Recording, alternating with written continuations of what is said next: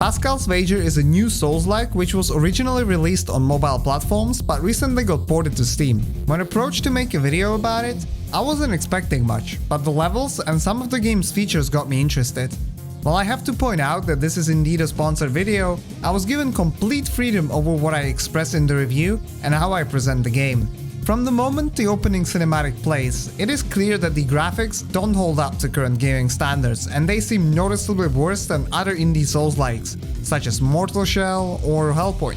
The graphics have, however, never been what truly drives this subgenre of video games, and such quality was to be expected given the game's original development for mobile devices. The atmosphere is dark, and a clear inspiration from Bloodborne in particular can be observed throughout the entire playthrough of Pascal's Wager, which is absolutely a good thing. Before the story begins, one is given a choice of two different difficulty levels, a regular and an easier one. If Sekiro needed an easy mode, this game actually brought it. This is obviously a leftover from the mobile release and in my opinion could have been ditched in the PC version.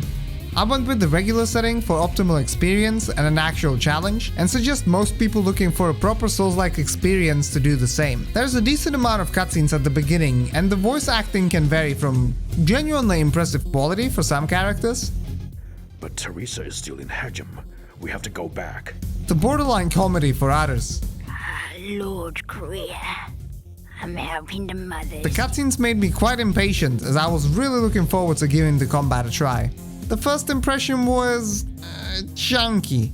Even though the game has full controller support available even on mobile, the PC port does not provide a smooth and satisfying experience while slaying enemies, which I would say is a substantial part of any game focused on Souls-like combat, which is clearly what is attempted to be emulated here. There's a familiar stamina bar, which gets depleted by attacks and dashes or rolls. One thing I appreciated was a faint plaque vignette appearing when the player's stamina is low, which might help in preventing panic mashing in dire situations. A cool touch. Besides the stamina bar and a health bar, more accustomed Souls mechanics can be observed. Health potions with limited capacity which can be replenished at altars. Altars are Pascal's version of bonfires and work in a very similar way, except they contain more features. Besides being able to actively rest, the players level up altars using bone fragments. Bone fragments are one of the game's several currencies and would be equivalent to souls or blood echoes. When an altar is leveled up, a level point is obtained, which can then be used to improve character stats. And by characters, I mean multiple characters, but more on that later. Besides resting and leveling, altars are also a place to craft, upgrade, and reforge the so-called trophies. Trophies are items equipped by the player, providing bonuses to varying stats such as resistances, attack power, or critical hit chance. They are a substitute to regular weapons and armors from Soulsborne, and 2 items of 3 different types for a total of 6 can be equipped. Each trophy can be upgraded several levels all the way to +5 through different crafting ingredients, or they can be reforged, where instead of using a crafting material, another trophy is consumed to transfer one of its bonuses to another trophy. Pretty simple system, but there are enough trophies available throughout the game that it does introduce a solid amount of customization. The customization of one's character is further enhanced by a talent system. When reaching an altar, materials called Immundai may be spent to learn and level talents. There are 4 categories available, and while some of them are quite boring, such as increasing the amount of health elixirs carried, other ones can teach the character different combo attacks. In order to use these combos, a rage resource must be built up first by attacking enemies with basic attacks. Combo attacks are very impressive looking, deal substantial additional damage, or might stun your enemies or even reposition the player.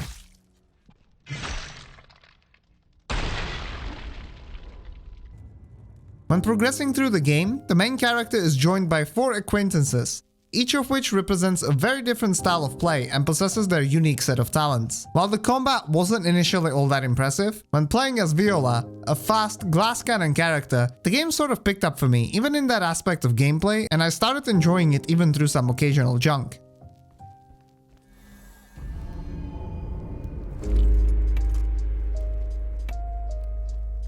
One more very important mechanic I need to talk about is the Sanity system.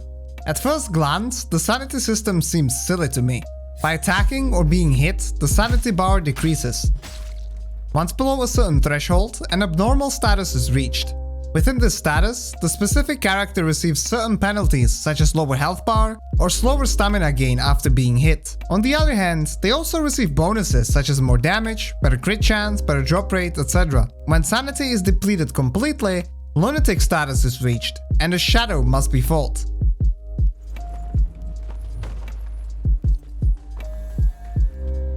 What is interesting, however, is that reaching the lunatic status during boss fights triggers the boss's transformation and gives them new, more dangerous movesets and abilities, as well as different visuals. Sanity can be restored using special elixirs or when resting at an altar, so it might seem that avoiding its depletion this way is the best option, but I wouldn't be so sure. During the latter parts of the game, after leveling up enough, the advantages of abnormal or lunatic status outweigh the disadvantages. And just as a little pro tip, it is quite worth to reach the lunatic status during all of the boss fights, but I won't spoil why. All in all, I think the sanity system is an interesting attempt at bringing something new to the Souls formula, giving players options to choose between safer or riskier and more rewarding style of gameplay. Alright, that covers the combat mechanics, which are indeed important, but Souls, especially my beloved Dark Souls 1, built primarily on the world design. I once again wasn't expecting much from a mobile game in terms of the world's complexity or the environmental design, but I was pleasantly surprised. After finishing Prologue, which is slightly more linear than other levels, the player is given access to the carriage. From there, traveling to different places around the world map is possible. You could think of these places as chapters, and even though it might seem like a regular linear progression, there are points in the story where traveling back and forth might be necessary. Within each chapter, there are plenty of different pathways, shortcuts, and cleverly concealed passages hiding special items for the player to equip, or to finish an impressive amount of side quests contained in the game with varying rewards. The level design varies from chapter to chapter, each one being set in a unique dark setting, and while the final destination is usually set, there are a multitude of pathways of reaching it, giving the areas a true Dark Souls feeling of, oh, I have 3 different ways to go, which way should I choose first? I really like that. The definitive edition of the game also includes all the previously released DLC content, including a boss rush mod or the Deep into the Dark Mist, which are basically chalices from Bloodborne and can be conquered for powerful but unupgradable items.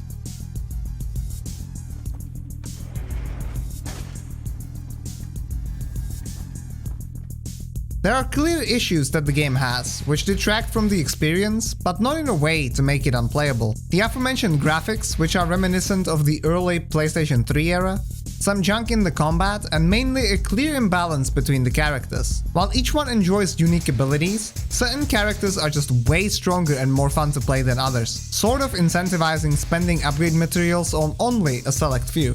While the story is attempted to be told Dark Souls style through item descriptions and cryptic dialogue, it becomes convoluted and even nonsensical at times, leaving you with questions being unanswered. Even through these shortcomings, however, Pascal's Wager offers about 10 to 15 hours of mostly enjoyable gameplay in the first new game cycle.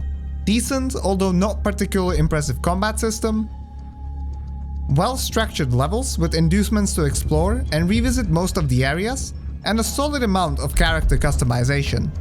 With the price tag of $20, Pascal's Wager can serve your needs for another Soulslike while waiting for any news about Elden Ring. That is if you are willing to accept certain lackluster aspects stemming from the game's original mobile release. If you can, it might be surprisingly fun.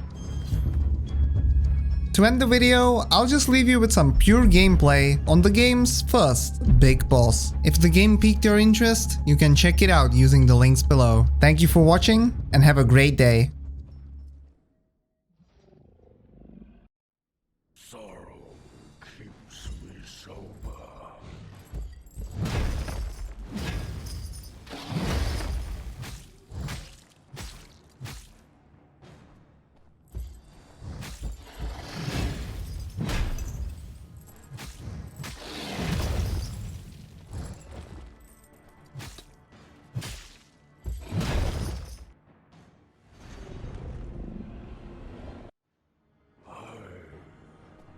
I'm the guardian.